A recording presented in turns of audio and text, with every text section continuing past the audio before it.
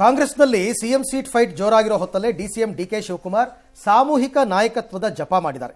ಜಲಸಂಪನ್ಮೂಲ ಇಲಾಖೆ ಕೆಲಸದ ಮೇಲೆ ದೆಹಲಿಗೆ ಹೋಗಿರುವ DCM DK Shivakumar KC Venugopal ಅವರನ್ನ ಭೇಟಿ ಮಾಡಿದ್ರು.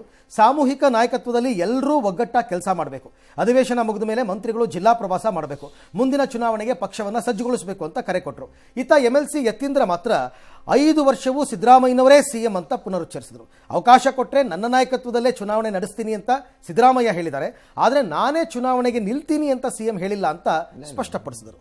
ಈ ಮಧ್ಯೆ ಮೋಹನ್ ದಾಸ್ ಪೈ ಕೇಂದ್ರ ಸರ್ಕಾರದಲ್ಲಿ ಉನ್ನತ ಸ್ಥಾನ ಪಡೆಯೋದಕ್ಕೆ ರಾಜ್ಯ ಸರ್ಕಾರದ ವಿರುದ್ಧ ಮಾತಾಡಿದ್ದಾರೆ ಅಂತ ಸಚಿವ ಪ್ರಿಯಾಂಕ ಖರ್ಗೆ ಆಪಾದನೆ ಮಾಡಿದ್ದಾರೆ. ಯಾವಾಗಲೂ ಕೂಡ ಕಾಂಗ್ರೆಸ್ ಪಾರ್ಟಿ ನಂಬ್ಕೊಂಡು ಬಂದಿದೆ. ಸೊ ನಾವೆಲ್ಲ ಒಗ್ಗಟ್ಟಿಂದನೇ ಎಲೆಕ್ಷನ್ ಮಾಡೋದು. 5 ವರ್ಷ ಪಾರ್ಟಿ ಪ್ರೆಸಿಡೆಂಟ್ ಆಗಿದ್ಕೊಂಡು ನಾನು ಸುಮ್ಮನೆ ಮನೇಲಿ ಕೂತ್ಕೊಳ್ಳೋಕ್ಕಾಗ್ತದ? ನನ್ನ ಪಕ್ಷನ ಅಧಿಕಾರಕ್ಕೆ ತರಬೇಕಲ್ಲ. ನಾವು ಹೋದಾಗ ಎಲ್ಲರಿಗೂ ಹೇಳಿದೀವಿ, ಜಿಲ್ಲಾ ಆಫೀಸ್ಗೆ ಹೋಗ್ಬೇಕು, ಜಿಲ್ಲಾ ಆಫೀಸ್ ಕಟ್ಟಬೇಕು, ಎಲ್ಲರಿಗೂ ಹೇಳಿದೀವಿ. ಅವ್ರ ಜವಾಬ್ದಾರಿ ಅದು. ಮುಂದಿನ ಸರಿ ನನಗೆ ಲೀಡರ್ಶಿಪ್ ಕೊಟ್ಟರೆ ನಾನು ಮಾಡ್ತೀನಿ ಅಂತ ಹೇಳಿಲ್ಲ, ಚುನಾವಣೆ ನಿಂತ್ಕೋತೀನಿ ಅಂತ ಹೇಳಿಲ್ಲ. ಎಲ್ಲರೂ ಅವ್ರ ಜೊತೆಗಿರಬೇಕಾದ್ರೆ ಖಂಡಿತ ಅವ್ರ ಅಧಿಕಾರವಾದಿ 5 ವರ್ಷ ಪೂರೈಸ್ತಾರೆ. ನಮ್ಮ ಬಗ್ಗೆ ಮಾತಾಡ್ತೀವಿ, ರಸ್ತೆ ಗುಂಡಿ ಬಗ್ಗೆ ಮಾತಾಡ್ತೀವಿ. ಅದೇ ನಮ್ಮ ಬಗ್ಗೆ ನೀನೇನ್ ಮಾಡಿದ್ಯಾ ಅಂತ ನೋಡಿ. ಅವರಿಗೆ ಏನೋ ಉನ್ನತ ಸ್ಥಾನ ಬೇಕಾಗಿದೆ, ಅಲ್ಲಿ ಸಕಾರಾತ್ಮಕವಾಗಿ ಅವ್ರೇನಾದ್ರೂ ಟೀಕೆ ಟಿಪ್ಪಣಿಗಳು ಕೊಟ್ರೆ ನಾವು ಮಾಡ್ಬೋದು. ಇವರೇ ಅಲ್ವಾ ಇದ್ದಿದ್ದು ಎಲ್ಲ ಟಾಸ್ಕ್ ಫೋರ್ಸು, ಈ ಟಾಸ್ಕ್ ಫೋರ್ಸು, ಆ ಟಾಸ್ಕ್ ಫೋರ್ಸ್ ಅಲ್ಲಿ ಇದ್ರೆ ಅವ್ರಿಗೆ ಕಾಸುದಿಂದೆಲ್ಲ ಇರ್ಲಿ. ಏನು ಯಾವ ನಿಲ್ತೀನಿ ಅಂತಾನೆ ಹೇಳಿರೋದು ಸಿಎಂ. ಹೌದು, ನಮ್ಮ ಇಂಟರ್ವ್ಯೂನಲ್ಲೇ ಹೇಳಿದ್ದಾರೆ ಸರ್, ಅವರು ನಮ್ಮ ಸಂದರ್ಶನದಲ್ಲೇ ಹೇಳಿದ್ದಾರೆ, ಒತ್ತಡ ಜಾಸ್ತಿ ಆಗ್ತಿದೆ, ನಾನು ನಿಲ್ತೀನಿ ಅಂತಾನೆ. ಹೌದು, ಅವ್ರು ನಿಲ್ತಾರೆ ಅಂತ ಹೇಳಿದಾರೆ. ನಿಲ್ತಾರ ಬಿಡ್ತಾರ ಅವ್ರಿಗೆ ಬಿಟ್ಟಿದ್ದು. ಎಸ್, ಡಿ ಕೆ ಶಿವಕುಮಾರ್ ಒಂದಷ್ಟು ಕೆಪಿಸಿಸಿ ಅಧ್ಯಕ್ಷರು ಕೂಡ ಅಲ್ವಾ ಸರ್ ಅವರು? ಈಗ ಪಕ್ಷ ಸಂಘಟನೆ ವಿಚಾರಕ್ಕೆ ಸಂಬಂಧಪಟ್ಟಂಗೆ ಹೀಗೆಲ್ಲ ಮಾತಾಡೋದು ರಾಂಗ್ ಅಂತ ಅನ್ಕೊಳಕ್ ಆಗಲ್ಲ ಅಲ್ವಾ ಸರ್? ಇವಾಗ ಅವರು ಒಗ್ಗಟ್ಟಾಗಿರುವಂತಹ ಮಂತ್ರ ತಪ್ಪೇನಿದೆ ಅದರಲ್ಲಿ? ಅಲ್ಲ, ಮೊನ್ನೆ ನನ್ನ ನಾಯಕತ್ವದಲ್ಲೇ ಚುನಾವಣೆ ನಡೆದಾಗ ಅವ್ರು ಎಲ್ಲಿವರೆಗೂ ಕೆಪಿಸಿಸಿ ಅಧ್ಯಕ್ಷರ ನಾನೇ ಇರ್ತೀನಿ ಅಂತ ಅನ್ಕೊಂಡಿರ್ಬೇಕು ಅವರು. ಅದಕ್ಕೆ ಅವ್ರು ಹೇಳ್ತಿದ್ದಾರೆ. ತಪ್ಪೇನಿದೆ ಅದರಲ್ಲಿ? ತಪ್ಪೆ. ಅಧ್ಯಕ್ಷರಾಗಿ ಅದನ್ನು ಬಯಸೋದು ಸಹಜ, ಅಂಥದ್ದು ಇಲ್ಲ, ಯಾವ ತಪ್ಪೂ ಇಲ್ಲ. ಇನ್ನು ಬಿಜೆಪಿ ರಾಜ್ಯಾಧ್ಯಕ್ಷ ವಿಜಯೇಂದ್ರ ವಿರುದ್ಧ ರೆಬಲ್ ಯತ್ನಾಳ್ ಲಿಂಗಾಯತ ದಾಳವನ್ನು ಉರುಳಿಸಿದ್ದಾರೆ. ಬೆಂಗಳೂರಿನಲ್ಲಿ ಯತ್ನಾಳ್ ನಡೆಸಿದ ಸಭೆಯಲ್ಲಿ ಜಿಎಂ ಸಿದ್ದೇಶ್ವರ್ ಸೇರಿ 60-70 ಮಂದಿ ಪಾಲ್ಗೊಂಡಿದ್ರು. ವಿಜಯೇಂದ್ರ ವಿರುದ್ಧ ಹೈಕಮಾಂಡ್ಗೆ ನಿಯೋಗ ಹೋಗಲು ತೀರ್ಮಾನಿಸಿದ್ರು. ಇನ್ನು ಇದೇ 27ರಂದು ಯಡಿಯೂರಪ್ಪ ಅವರ ಹುಟ್ಟುಹಬ್ಬ ನೆಪದಲ್ಲಿ ಬೃಹತ್ ಸಮಾವೇಶ ಮಾಡುವಂತಹ ವಿಜಯೇಂದ್ರ ಪ್ಲಾನ್ಗೆ ಹೈಕಮಾಂಡ್ ಬ್ರೇಕ್ ಹಾಕಿದೆ. ಈ ಮಧ್ಯೆ ಯತ್ನಾಳ್ ಸಭೆಯಲ್ಲಿ ಪಾಲ್ಗೊಂಡವರು ಲಿಂಗಾಯತ್ರೆ ಅಲ್ಲ, ಸವಕಲು ನಾಣ್ಯಗಳು ಅಂತ ರೇಣುಕಾಚಾರ್ಯ ಪ್ರತಿಪಾದಿಸಿದ್ದಾರೆ. ಇನ್ನು ಮೆಟ್ರೋ ದರ ಹೆಚ್ಚಳ, ಟನಲ್ ರೋಡ್, ಈ ಖಾತಾ ಸಮಸ್ಯೆ, ಬಿಬಿಎಂಪಿ ಚುನಾವಣೆ ವಿಳಂಬ ಸೇರಿದಂತೆ ಹಲವು ವಿಚಾರಗಳ ಸಂಬಂಧ ಚರ್ಚೆ ನಡೆಸೋದಕ್ಕೆ ವಿಜಯೇಂದ್ರ ಬೆಂಗಳೂರು ಜನಪ್ರತಿನಿಧಿಗಳ ಸಭೆ ಕರೆಸಿದ್ರು. ಆದರೆ ಇದಕ್ಕೆ ಕೆಲವೊಂದಷ್ಟು ರೀಸನ್ ಹೇಳಿ ಅಶೋಕ್ ಮತ್ತು ಅಶ್ವಥ್ ನಾರಾಯಣ್ ಹೋಗಿಲ್ಲ. ಇನ್ನು ಬಿಬಿಎಂಪಿ ವಿಭಜನೆ ನಿರ್ಧಾರವನ್ನು ಕುಮಾರಸ್ವಾಮಿ ಖಂಡಿಸಿದ್ದಾರೆ. ನೀವ್ಯಾರು ವೀರಶೈವ ಲಿಂಗಾಯತರು ನಾಯಕರಲ್ಲ, ಡಮ್ಮಿಗಳು ನೀವೆಲ್ಲ. ಇವೆಲ್ಲ ತಿರಸ್ಕೃತ ನಾಣ್ಯಗಳು. ಯಡಿಯೂರಪ್ಪನವರು ಹುಟ್ಟುಹಬ್ಬ ಮಾಡ್ತಿದ್ರು, ರಾಷ್ಟ್ರೀಯ ನಾಯಕರು ಯಾರಾದ್ರೂ ಬೇಡ ಅಂತ ಹೇಳ್ತಾರ? ನಮ್ಮ ನಾಯಕರಾದ ಸನ್ಮಾನ್ಯ ಯಡಿಯೂರಪ್ಪನವರು ರಾಜ್ಯದ ಅಧ್ಯಕ್ಷರು ನಮಗೆ ಸೂಚನೆಯನ್ನು ಕೊಟ್ಟರು, ಆ ಸಮಾವೇಶದ ಬಗ್ಗೆ ಗಮನ ಹರಿಸೋದು ಬೇಡ ಅಂತ ಹೇಳಿಕೆ ನಾವು ಸ್ಥಗಿತ ಮಾಡಿದ್ವಿ. ರಾಜ್ಯದ ಅಧ್ಯಕ್ಷರ ಸೂಚನೆ ಶಿರಸಾದಿಂದ ಪ್ರಾಮಾಣಿಕವಾಗಿ ನಾವು ಪಾಲಿಸಿದ್ವಿ. ಕೆಂಪೇಗೌಡರ ಹೆಸರು ಬೆಂಗಳೂರು ನಗರಕ್ಕೆ ಇರ್ತಕ್ಕಂಥದ್ದು 7-8 ಕಾರ್ಪೊರೇಷನ್ ಮಾಡಿ ಪೀಸ್ ಮಾಡಿ ಪೀಸ್ ಮಿಲ್ನ ಅಂತಕ್ಕಂಥ ಕೆಲಸ ಏನು ಮಾಡ್ಲಿಕ್ಕೆ ಹೊರಟಿದ್ದಾರೆ ಅಂದರೆ ಕೆಂಪೇಗೌಡರ ಹೆಸರನ್ನ ಸಂಪೂರ್ಣವಾಗಿ ನಾಶ ಮಾಡ್ತಕ್ಕಂಥದ್ದಕ್ಕೆ ಇವತ್ತು ಗ್ರೇಟರ್ ಬೆಂಗಳೂರು ಹೆಸರಿನಲ್ಲಿ ಇವತ್ತು ಪೀಸ್ ಮಿಲ್ ಮಾಡಕ್ಕೆ ಹೊರಟಿದ್ದಾರೆ. ಬೆಂಗಳೂರಿಗೆ ಸಂಬಂಧಪಟ್ಟಾಗೆ ಬಿಲ್ಲನ್ನು ಮಂಡನೆ ಮಾಡ್ತಾರೆ, ನೋಡೋಣ. ಒಂದೇ ಸಮುದಾಯದ ಸಭೆಗಳನ್ನ ಮಾಡ್ಬಿಟ್ಟು ಈಗ ಲಿಂಗಾಯತ ನಾಯಕರನ್ನ ಕರೆಸ್ಬಿಡ್ತೀವಿ, ವಿಜಯೇಂದ್ರ ಯಡಿಯೂರಪ್ಪ ವಿರುದ್ಧ ಅವರೆಲ್ಲ ಮಾತಾಡ್ಬಿಡ್ತಾರೆ ಅಂದ್ರೆ ಒಂದು ಪಕ್ಷ ಅಧಿಕಾರಕ್ಕೆ ಬರಬೇಕು ಅಂದ್ರೆ ಒಂದೇ ಸಮುದಾಯದವರ ಸಪೋರ್ಟ್ ಸಮುದಾಯನೂ ಅಲ್ಲ. ಇವ್ರು 60-70 ಜನ ಕೂತ್ಕೊಂಡು ಲಿಂಗಾಯತರ ಸಭೆ ಮಾಡ್ಬಿಟ್ಟು ನಮ್ದು ಲಿಂಗ ಇದು ಅಂತಂದ್ರೂ ಅಲ್ಲ, ಅದೂ ಅಲ್ಲ. ಆಮೇಲೆ ಅದೇನೋ ಹೊಸ ಒಂದು ಸ್ಲೋಗನ್ ಅಂತಲ್ಲ, ಯಡಿಯೂರಪ್ಪ ವಿಜಯೇಂದ್ರ ಹಟಾವೋ, ಬಿಜೆಪಿ ಉಳಿಸಿ ವಿಜಯೇಂದ್ರ ಹಟಾವೋ. ಯಾರಪ್ಪ ಬಿಜೆಪಿ ಉಳಿಸ್ಬೇಕೀಗ? Vijayendra style of work and functioning ಅಲ್ಲಿ ದೇರ್ ಆರ್ ಪ್ರಾಬ್ಲಮ್ಸ್ ಅನ್ನೋದ್ರಲ್ಲಿ ಯಾವ ಅನುಮಾನನೂ ಇಲ್ಲ. ಅದನ್ನು ಅವ್ರು ಕರೆಕ್ಷನ್ ಮಾಡ್ಕೊಳ್ಳದೆ ನಾನು ಏಕಮೇವ ಅದ್ವಿತೀಯ ಅನ್ಕೊಂಡು ಎದೆ ಉಬ್ಬಿಸ್ಕೊಂಡು ಓಡಾಡಿದ್ರೆ ಅದಕ್ಕೆ ಅನುಭವಿಸ್ಬೇಕು. He must understand he is not a tested politician ಅಥವಾ ಒಬ್ಬ ದೊಡ್ಡ ಲೀಡರು ಬೇರೆಯವ್ರ ಥರ ಯಡಿಯೂರಪ್ಪನವ್ರ ಥರನೋ ಅಥವಾ ಡಿ ಕೆ ಥರನೋ ಅಥವಾ ಸಿದ್ದರಾಮಯ್ಯನ ಥರನೋ ಅಥವಾ ಕುಮಾರಸ್ವಾಮಿ ಥರನೋ ಅಥವಾ ಅಲ್ಲ. ಇಲ್ಲ, ಹೋಗಿಲ್ಲ. You have not been tested. ನಿಮ್ಗೆ ಇನ್ನೂ ಟೆಸ್ಟ್ ಬಾಕಿ ಇದೆ. ಹಾಗಾಗಿ ಈ ಸ್ವಲ್ಪ ಜೊತೆಯಾಗಿ ತೆಗೆದುಕೊಂಡು ಹೋಗುವ ಸಂಘಟನಾತ್ಮಕ ಚತುರತೆ ಬರಬೇಕಿನ್ನುವೆ. ಜೊತೆಯಾಗಿ ಅಂದಾಗ ಹೂವಿನ ಹಾರವನ್ನು ಕಟ್ತಾರೆ, ಚೆನ್ನಾಗಿ ಕಟ್ಟಿರ್ತಾರೆ ಕಟ್ಟೋರು ಮನೆಯಲ್ಲಿ. ಬಟ್ ಅದನ್ನು ತಂದು ಯಾರಿಗೂ ತಲುಪಿಸುವ ಹಂತದಲ್ಲೂ 4-6 ಮೊಗ್ಗುಗಳು ಬಿಚ್ಕೊಂಡ್ಬಿಡುತ್ತವೆ.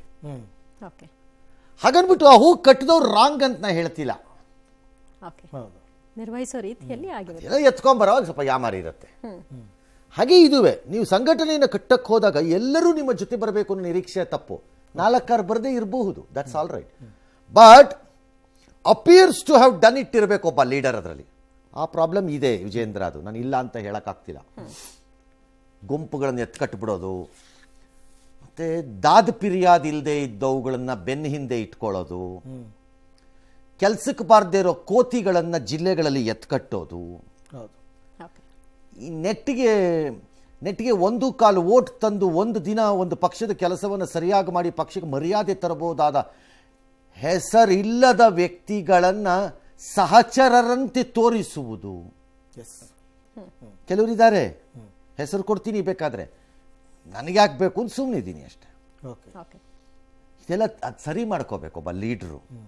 ಇದ್ರ ಯಾವಾಗಲೂ ಕಾಯ್ತಿರ್ತಾರೆ, ಮತ ಹಾಕ್ತಾರೆ ಜನ ಅಂದರೆ ಪಕ್ಷದೊಳಗಡೆ.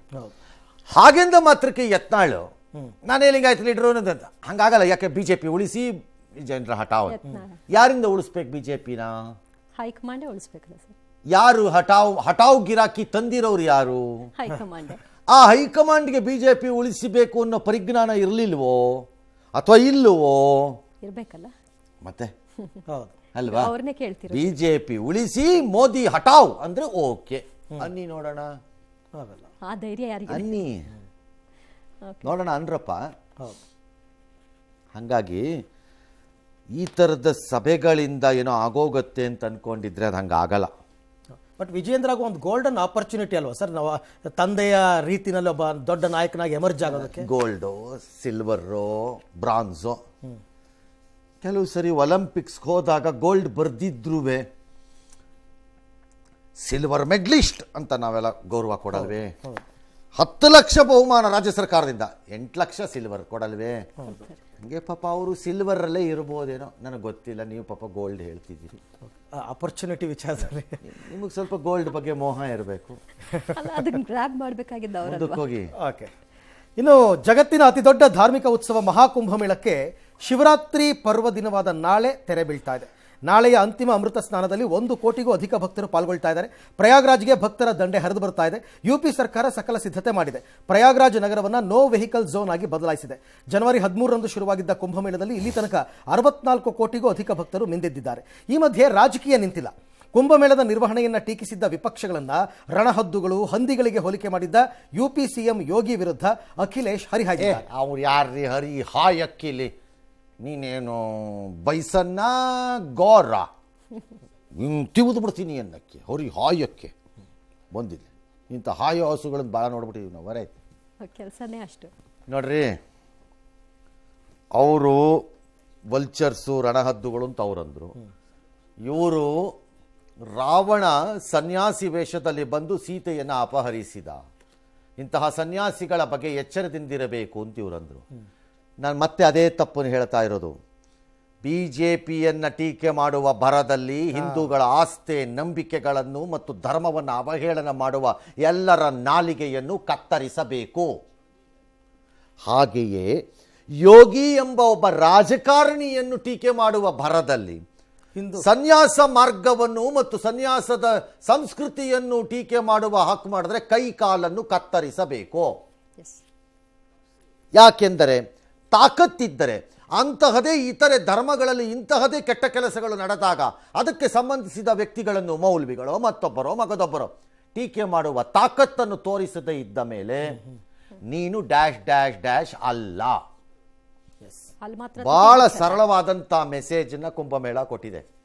ಕರೆಕ್ಟ್. ಅದು ಭಾರತ ದೇಶದಲ್ಲಿ ಆಸ್ಥೆ ಮತ್ತು ನಂಬಿಕೆ, ಹಿಂದೂ ಧರ್ಮದ ಹಬ್ಬಗಳು ಮತ್ತು ಕೆಲವು ಪ್ರಮುಖ ಈ ಥರದ ಆಚರಣೆಗಳು, ಅದರಿಂದ ಜನ ಇನ್ನೂ ದೂರ ಹೋಗಿಲ್ಲ ಮತ್ತು ಅದು ಸತ್ತಿಲ್ಲ.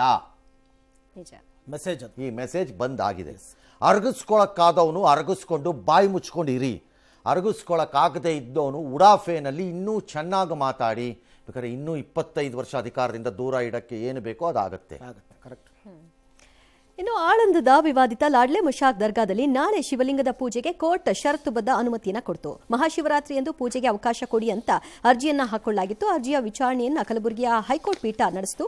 ಆನಂತರ ಗ್ರೀನ್ ಸಿಗ್ನಲ್ ಕೊಟ್ಟಿದೆ. ನಾಳೆ ಮಧ್ಯಾಹ್ನ 2 ರಿಂದ 6 ಗಂಟೆಯವರೆಗೆ ಮಾತ್ರ 15 ಮಂದಿ ಪೂಜೆಗೆ ಹೋಗಬಹುದು. ಆದರೆ ಆಂದೋಲ ಸಿದ್ದಲಿಂಗ ಸ್ವಾಮೀಜಿಗೆ ಮಾತ್ರ ಪೂಜೆಗೆ ಹೋಗೋದಕ್ಕೆ ಅವಕಾಶವನ್ನ ಕೊಟ್ಟಿಲ್ಲ.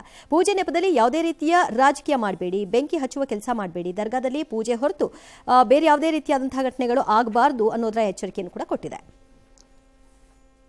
ಪೂಜೆ ಮಾಡಬೇಕು ಅಂತ ಹೇಳಿ ಮನವಿ ಕೊಟ್ಟಿದ್ರು ಜಿಲ್ಲಾಡಳಿತಕ್ಕೆ. ಅವರೇನು ಯಾವುದೇ ಕಾರಣಕ್ಕೆ ರೆಸ್ಪಾಂಡ್ ಮಾಡದೇ ಇರೋ ಕಾರಣಕ್ಕೋಸ್ಕರ ಮಾನ್ಯ ನ್ಯಾಯಾಲಯ, ಕರ್ನಾಟಕ ಉಚ್ಚ ನ್ಯಾಯಾಲಯಕ್ಕೆ ನಾವು ಅಪ್ರೋಚ್ ಮಾಡಿದ್ವಿ. ಮಾನ್ಯ ನ್ಯಾಯಾಲಯ ಅದ ಅರ್ಜಿಯನ್ನ, ವಾದ ವಿವಾದನ ಆಲಿಸಿ ಟೋಟಲ್ 15 ಜನ ಹೋಗಿ ಶಿವಲಿಂಗಕ್ಕೆ ಪೂಜೆ ಮಾಡ್ಕೊಂಡು ಬರ್ಬೋದು ಅಂತ ಹೇಳಿ ಆದೇಶವನ್ನ ಮಾಡಿದ್ದಾರೆ. ಆಂದೋಲನ ಶ್ರೀಗೆ ಅನುಮತಿ ಎಂತ ಕೊಟ್ಟಿಲ್ಲ ಅಂತಂದ್ರೆ OS ನಂಬರ್ 7/22 ಅನ್ನೋದು ಟ್ರಿಬ್ಯುನಲ್ ಇಲ್ಲಿತ್ತು. ಅದು ಪೆಂಡಿಂಗ್ ಇರೋದಕ್ಕೆ ಕಾರಣಕ್ಕೋಸ್ಕರ ಅವ್ರನ್ನ ಬೇಡ ಅಂತ ಹೇಳಿ ಮಾಡಿರೋದು ಅಷ್ಟೇ. ಸರ್, ಈಗ ಅಲ್ಲಿ ಲಿಂಗ ಇದೆ ಅನ್ನೋದು ಪ್ರೂವ್ ಆಗಿದೆ. ಪದೇ ಪದೇ ಕೋರ್ಟ್ಗೆ ಹೋಗಿನೇ ಅನುಮತಿ ಪಡಿಬೇಕಾ? ಇದಕ್ಕೆ ಬೇರೆ ಏನಾದರೂ ಒಂದು ಸಿಸ್ಟಮ್ ಸರ್ಕಾರ ತರಬೇಕು. ತರಕ್ಕೆ ಹೋಗಿ ಆಚೆ ಭಯ ಇದಿಲ್ಲ. ಎಲ್ಲ ಅಖಿಲೇಶ್ ಯಾದವ್ನ ಬ್ರದರ್ಸ್ ಅಲ್ವಾ? ಲಾಲೂ ಪ್ರಸಾದ್ ಯಾದವ್ ಎಂಬ ದುಷ್ಟ ದುರ್ಳ ಈ ದೇಶದ ಜನದ ದುಡ್ಡನ್ನ ತಿಂದು ಬಾಯಿನ ಹೇಸಿಗೆ ತಿಂದಿರೋ ನಾಲಿಗೆ ಬಂದು